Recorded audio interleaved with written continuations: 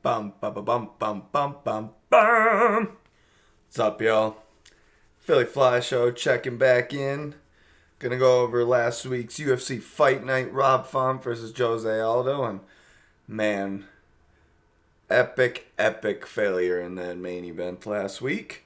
Not just because of the pick, but just because of the way I thought Rob Font was seriously going to put it on Jose Aldo. In the beginning of the fight, he did look like what I was talking about with his striking, but hey, man, veterans in the UFC can pull that off. Let's just say, not trying to dog or say anything less to Jose Aldo's performance, but he kind of did the old feel out process, and I was like, okay, I can land these counter shots here, and here. It was a perfect game plan mentality because Rob Font fell right into it. Some people are saying Rob Font broke his orbital bone. If that is true at all, like even a slight, just a slight, even slightly broken. Just, oh man, how did he stay in that fight and take those shots, man? Shout out to Rob Font, and good job, Jose Aldo. We might see Jose Aldo compete again for a title. Oof, it's kind of hard for me to say because of how bad he lost to, Peter Yan, and how bad he lost to Max Holloway twice. Like, oof, man. Anyways, wow. What's up, y'all? How'd you get through last week? Last week was a little crazy for me. 7 out of 13. So that's what I call a pass. It's like going 50%. I do not like to do 50%. I like to do over, but hey, I think 7 out of 13 is only 58 point something. So I want to get a little higher, which means I got to get one more correct for you pretty much every week. But again, 2 fights fell off last week, plus some major upsets. So we'll start out. We had match like 14, Luis Smolka versus Vince Moraes, and Morales or Moraes got the finishing KO. That was actually surprising for me. I know Luis Smolka had some big fights, but I did not see him losing like that to Vince Morales. But Vince Morales is the real deal, and this is the fight game, so anything can happen. Next, we had the Claudio Polias fight versus Chris Goodsmocker. That was a super good fight. Claudio did get the submission in the end, but that was a pick'em. I told you guys I was not confident at all in that fight, and that was why. These two are pretty good matched up against each other, and they're both brawlers, so that was a fun fight to watch. Next, it was William Knight versus Alonzo Minefield. Now, this was funny for me because I'm pretty sure this is the fight where DC and Michael Bisping were going back and forth about who won the fight. And DC was saying, well, he held him up against the cage. And Michael's like, well, the other dude walked through him in the end and kept punching and didn't stop putting on damage. And guess who won? The judges were absolutely right in that thing. Not just because of William Knight, but when you're just holding someone against the cage, you're like holding for your life. So for me, I wouldn't keep that in my judgment if I was a judge. And I know the UFC, I gotta stop saying sorry guys. The UFC totally must have said something to judges, because a year ago, those judges probably would have gave it to Minefield, but that was honestly William Knight's fight all the way, and that's the way we are. We got that right. Underdog pick there. Underdog picks are not that easy. Tell you that right now. When I say don't bet on a fight, it's confidence-wise. I'm like putting on to when I bet, I want to be in control of my money and be pretty confident in the person that I'm putting my bet down on. I'm not just going to go down there and be like, oh, this person's got a plus 300 and I think they can win, so I'm going to put money on them. No. There is a fight on this next card that we're going to talk about that's kind of like that for me, but not, I think that person's going to win, and that's why I'm putting it on there. So, next we have the Cheyenne Valamas fight versus Mallory Martin, and Cheyenne put on a clinic, but so did Mallory Martin. It was super cool to see those girls say they talked to each other before the fight and they wanted to put on fight of the night because they each wanted an extra $50K. Awesome, awesome, awesome way for they're friends too, or friendly at least, people to each other. So that was kind of cool to see, and them to put them on the show. And the win fight of the night, Dana White gave it to him. We did not get that Jake Matthews fight. It got called off right before the fight. Don't know why. Probably one of those unfortunate events that we're not allowed to talk about. Match leg number 9 was Brian Barberina versus Darian Weeks. Darian Weeks had a tough matchup for his first fight in the UFC. But it did only go the distance. So he didn't get knocked out. That was a good thing. Then the Minnow Cop fight versus Zelagius Zumaclov was a KO in the first round. That was not a very confident fight on my end, but Minnow Cop got it, and it's showing that he is a competitor. And then we had the featured main event of the evening, Maki Patolo versus Dusko Trodovic. And Trodovic got the KO. I am not going to lie to you guys. I did not see this fight. I don't remember it. So, I either dozed off or something. I have no idea what. I think I made food in between then. So, that might be why I missed that fight. Number 6, so the first bout on the main card was Alex Moreno versus Mickey Gall. It was a long night for Mickey Gall. Like I said, Alex Moreno is just a beast, and you cannot compete with him, Mickey Gall. Match like number 5, Brendan Allen versus Chris Curtis. Man, Chris Curtis does it again, guys. What a sensation for the UFC. What a great 2 fights and great just performance, man. To come out of nowhere and get these 2 KOs like he did in these short amount of time. His stock is rising. If you don't know who Chris Curtis is, he's got a cool story about taking forever to make it to the UFC, finally making it, and his just attitude and his charisma, awesome, dude. You'd love Chris Curtis. Brendan Allen is an awesome dude too, don't get me wrong, but man, that dude got caught and beat. Chris Curtis, though, is the definition of a fighter because he will take shots to give shots, and his shots are a lot harder, and he knows it. All right. Then, the epic fall-off of my whole night here. The rest of the fights I got wrong, so I'm just going to quickly go over them. I don't even know if I talk about most of them. Clay Guido. Oh, I will talk about Clay Guido versus Leonard Santos. Clay got the submission, but Leonard Santos thought he had him in the first and went for it and just gassed himself. And then Clay came on and, put on a show. But Clay was like, I cannot get put out or submitted when my parents and my family's here. So that was the motivation for him to stay in it. And that was kind of cool fight still. Next was a great performance by Jamal Hill. Jimmy Crute is a beast. So what he did to Jimmy Crute is no slouch. Jimmy Crute is a great fighter and will bounce back. But, that boy Jamal Hill has got hands. Now, he did talk about how I don't understand why people are hating on me all the time and not betting on me and what they don't see. Look, man, I didn't bet against you because I didn't see you as a great fighter. I just know Jimmy Crute's skill set. And for you to knock him out in that way, I just didn't think your skill was at that level, and you showed me wrong. I'm not one of those haters, so nobody call me a Jamal Hill hater. I actually really liked him going into that fight, but then he got paired up against my guy, Jimmy Crute, and he knocked that dude out, so that was cool.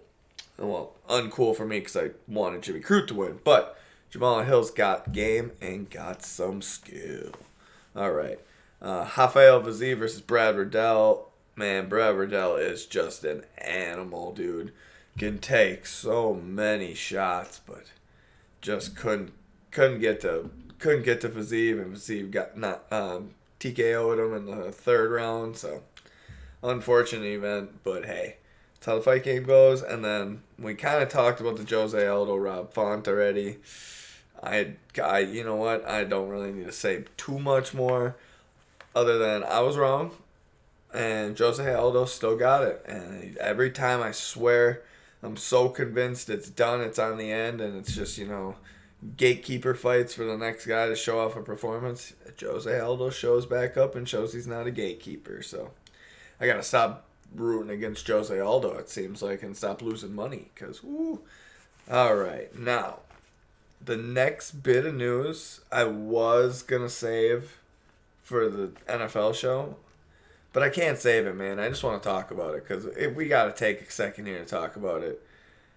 If you listen to my show and you don't know and you're from the Midwest, a.k.a. this show is brought to you by Right Way Production Studios in St. Paul, Minnesota. So we are in St. Paul, Minnesota, recording, doing all this stuff and everything. So when I want to, sports gamble, it's either illegally on your phone, which I don't do. And I will say it. I know everyone's going, why don't you do? I just don't do it. I like the legally. I love going in and putting, I don't know what it is, putting the money in on a slip.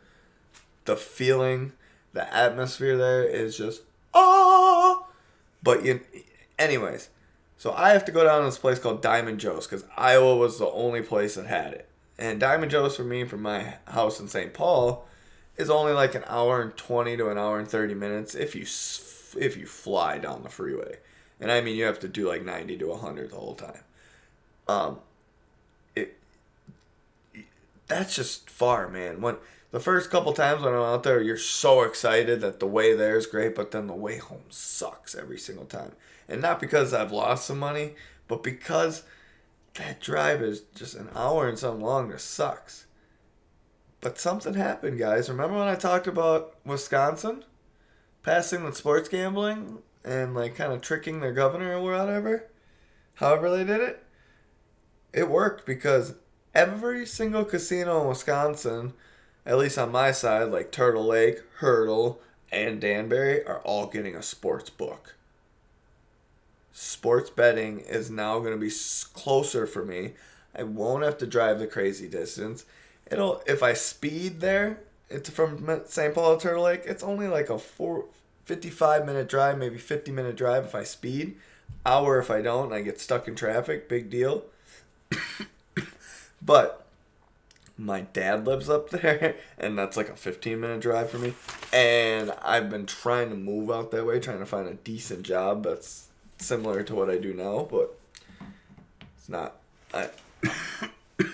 Hasn't been too easy looking for one. I just kind of started, and I'm not really fully committed to move until after the first of the year. So if I do, that'll be so close to one. And and now that I'm even closer, I'm just going to be able to do this even better and have a weekly trip out there. Something to do. It's going to be fun, guys. It's going to be amazing. All right. So we're going to jump back on track here because we have the last pay-per-view of the year. And it is... you can't see me now because I haven't gone to a live stream yet. And that will be coming too, hopefully next year when I get some new extra cash for this computer that I'm trying to get. Anyways. Big card. Big card. I am bowing to this card. 15-leg matchup. All these fighters are decent names. If you don't know any of these fighters, I don't know what to tell you. You don't watch UFC enough, and you need to watch some more UFC and understand what this is all about, because this is life.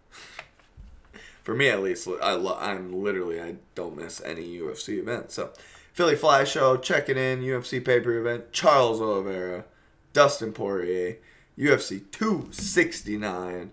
Let's get it on. We also have another title fight on there with Amanda Nunes versus Juliana Pena. Just epic. You get the Sugar Show, which everybody loves, and there's even more. All right, we're gonna jump into it. We're already taking too long. Let's get it. Jillian Roberson versus Priscilla Coachella, flyweight bout. This is the fight I was kind of hinting before, if you're a little foreshadow into the beginning. Jillian Roberson is a -380 favorite. Priscilla's a +300. look, Priscilla's been taken down in her fights, but for me, Priscilla is a true flyweight, whereas Jillian is more of I'm pretty sure Jillian fought a lot of strawweight, but if she didn't and she fought at flyweight the whole time and I was wrong, my bad. But I know she didn't look good her last couple fights. Priscilla has looked great her last couple fights, knocking out Shayna Dobson and knocking out this other girl that I cannot think of her name off the top of my head. But Jillian is a negative 380 favorite and Priscilla is a plus 300. I am going Priscilla. This is the first upset of the night and the first fight of the night. I'm going upset, man. Priscilla's power is finally showing in the flyweight division and why everyone picked her to be a competitor in the flyweight division because of that power. She can take a shot to give a shot. The problem will be is if it gets to a grappling fight and gets to the ground, which is what Jillian's obviously going to do, it's going to be ugly. But Jillian takes shots while she's, not just telegraphing her takedowns, And I think that's what's going to line up Priscilla with a perfect shot. Match like number 14, Randy Costa versus Tony Kelly in the bantamweight division. Randy Costa is a negative 180 favorite, whereas Tony Kelly's a plus 155. Randy is my winner, going to win that fight, man. Randy Costa, if you don't know who he is, super, super good talent coming up in the bantamweight division. Tony Kelly is no slouch either, but I just think Randy Costa's got that skill set to dominate Tony. All right, next one was not a guy I like to pick. His last fight was ugly. We have Ryan Hall versus Derrick Minner. I wanted to pick Minner, man, but the dude gasses out and hasn't found his conditioning yet. Whereas Ryan Hall doesn't gas out, but he doesn't throw strikes either. And if he does, they're sloppier than ever, and it looks like I'm out there throwing the strike. And dude just does this weird wobbly thing where he acts like you hit him hard and he kind of falls and he goes into a submission. Old school MMA, but Porier put on a show and put on the way to beat him. And if Derrick Minner can just do that and stay on top the whole time and just pound him and beat him senseless, it'll be a bad fight for him. But I don't see it going that way. I see Minner getting gassed out and getting to the ground and getting submitted by Hall within 3 rounds. Hall is a negative 200. Derrick Minner is a plus 170. Quickly, back to that Jillian Roberson Priscilla fight. Confidence level on that is 1 out of 5. And then that Randy Costa win is 3 out of 5. And then this Ryan Hall pick is 1 out of 5. I'm not too confident on it. And this is the early prelim selection. Match like 12, we're going to the flyweight division. Alex Perez versus Matt Schnell. Matt Schnell is a decent fighter, but he is the underdog at plus 260, whereas Alex Perez is a negative 330 favorite. Alex Perez is a beast in this flyweight division. I don't see why he's taking on Matt Schnell. I feel like he should get a way, way higher ranked, better fighter, but could be a quick switch in. I don't really remember them booking this fight, so I'm going Alex Perez all day. Next, we got a match like 11, Miranda Maverick versus Erin Blanchfield. 2 girls that are going to bring it. This is a flyweight bout. Man, these 2 girls are the up-and-coming of the flyweight division in the next coming years. Miranda will get up there hopefully, not hopefully, but Miranda will probably get up there faster. I think her skill set's a little better, but Erin will be right behind her, right there. Miranda is a negative 135 favorite, whereas Erin is a plus 115. The odds do say that. My Alex Perez fight was a 4 out of 5 on my confidence. I gotta remember to say that. My bad, guys. Miranda Maverick, I think, wins that fight with that negative 135. 3 out of 5 on my confidence, but this fight could go either way, but I just feel like Miranda's skill set's a little bit better. Match like number 10 and the last one of the early prelims. Andre Mooneys versus Eric Anders. Oof. If you guys don't know who either of these fighters are, Eric Anders has got some crazy power. And this is a middleweight fight. I want to make sure I got this right. Oh my gosh. Yeah, I thought, man, Eric Anders has fought at light heavyweight the last couple times, so them to come to middleweight, or him come down to middleweight, nice. But Andre Mooneys is a guy you do not want to mess with. Dude beat down Jacare Souza. I think Jacare would have beat down Eric Anders. MMA math doesn't always add up. But Andre Mooneys, his skill set adds up to me. Negative 140 for Andre. Wow, I did not write down. Anders is plus 125. I'm glad my phone's right here. Wow, I can't believe I did that. Eric Anders is plus 125, whereas Andre Mooneys is a negative 140. And the reason I did that is because I went straight for Mooneys. I didn't even have to look. That dude's going to beat him down bad. It's going to be an ugly fight for Eric for the Saturday night. All right, we'll jump into the four-legged prelim. Match leg number 9 is Jordan Wright in the middleweight division versus Bruno Silva. If you don't know who Bruno Silva is, that dude is a killer, okay?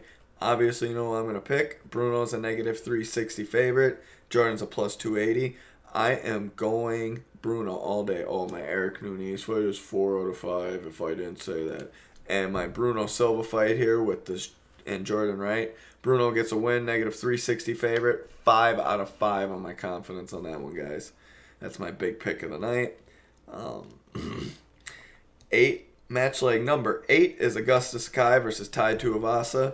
Flip your coin on this one, guys, because they're both negative 110 pick 'em.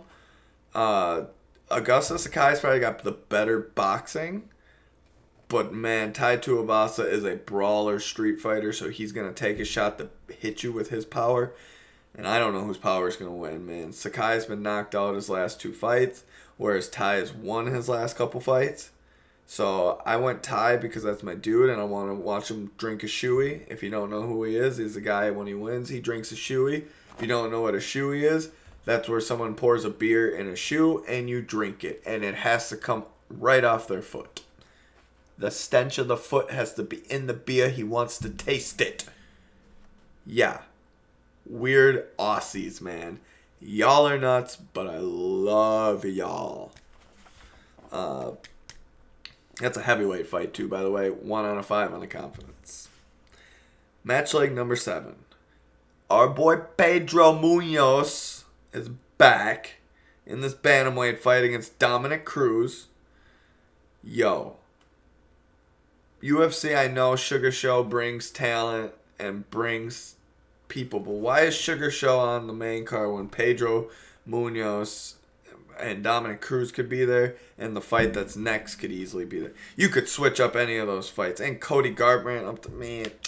All right, anyways, we're Pedro Munoz versus Dominic Cruz, bantamweight fight. Pedro, negative 115 favorite. Dom, negative 105. So money's coming in, money's going. This is going to be like a pick 'em by the end of the time. But I'm going with my boy Pedro. That dude's got so much skill, man. He screwed up in his I think it was the Jose Aldo fight, but sometimes you get these top competitors, it doesn't go your way, but Dom's Dom, man. He didn't look too good in his last fight. Pedro's looking good. I went Pedro, man. 3 out of 5 on that confidence level. All right, so this featured prelim bout of the evening, Josh Emmett versus Danny Ige in the featherweight division, is a fight you do not want to miss. Josh Emmett, I think, is on a losing skid. Let's make sure we got that right. I think he's on a losing skid, unfortunately. Or is he on the winning skid? Yeah, he's on the winning skid. Now, he's got 3 good wins in 2019. 2 in 2019 and 1 in 2020. The 2 in 19 is Michael Johnson versus Bektik, but he got knocked out by Stevenson in 2018, but took time off to come back. And then he did get a nice win in 2020 against Shane Burgos, which is a big, big, big win.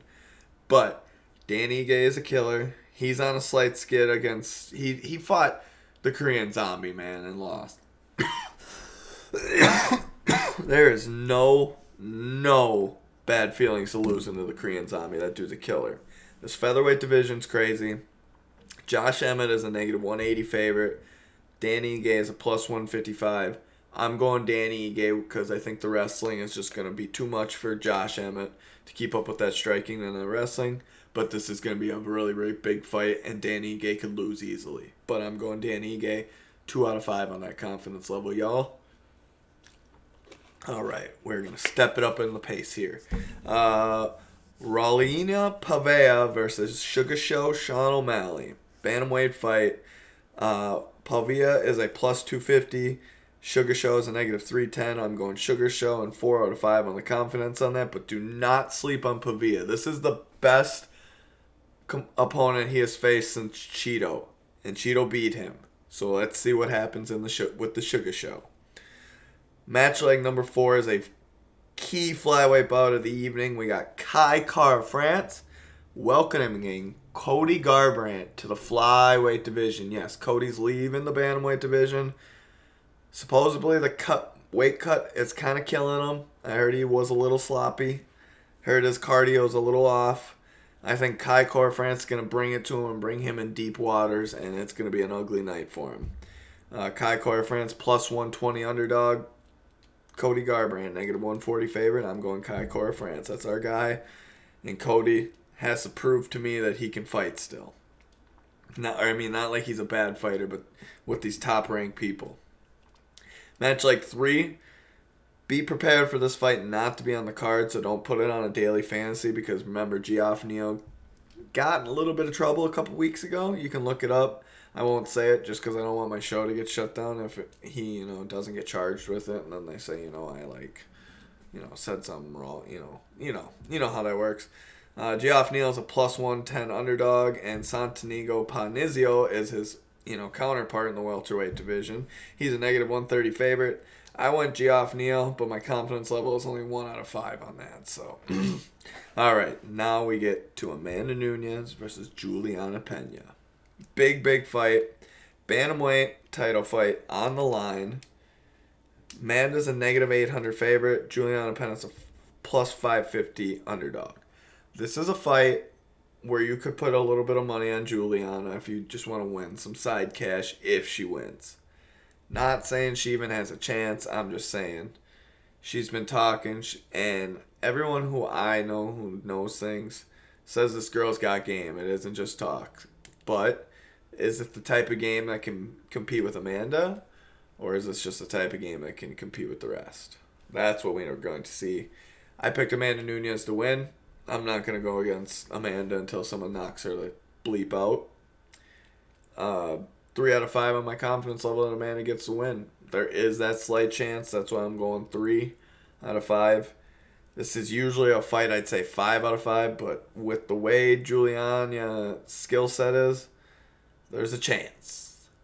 When there's a chance, there's a chance. All right, main event of the evening.